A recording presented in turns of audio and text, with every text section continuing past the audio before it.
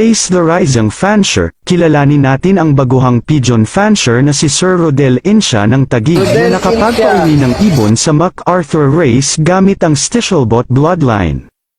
Si Sir Rodel Insha ay nagsimulang sumali sa pigeon racing 3 taon ang nakakaraan, dahil sa hilig at dedikasyon niya sa sports na ito natutunan niya at napag-aralan ang tamang paraan ng pagkondisyon ng ibon upang makamit niya ang isa sa pinakamahirap na karera sa Pilipinas, ang MacArthur Race.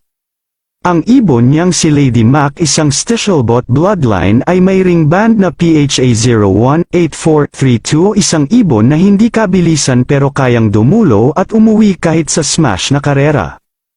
Sa first lap at second lap, dahil sa kulang sa pinansyal sa oras na iyon, ay napilitan siyang hindi e-entry ang ibon. Sa third lap dito nagsimula ang kanyang journey sa club na kinabibilangan niya, ang Coa Pigeon Racing Club o CRPC Taguig.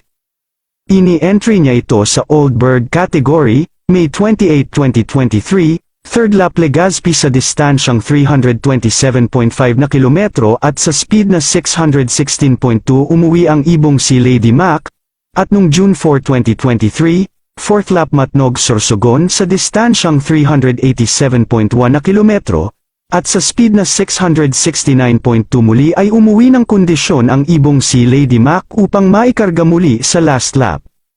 June 12, 2023, at ito na nga ang Calbayog Samar 5th lap sa distansyang 469.1 na kilometro at sa speed na 458.9 ay muli ay umuwi ang ibong si Lady Mac.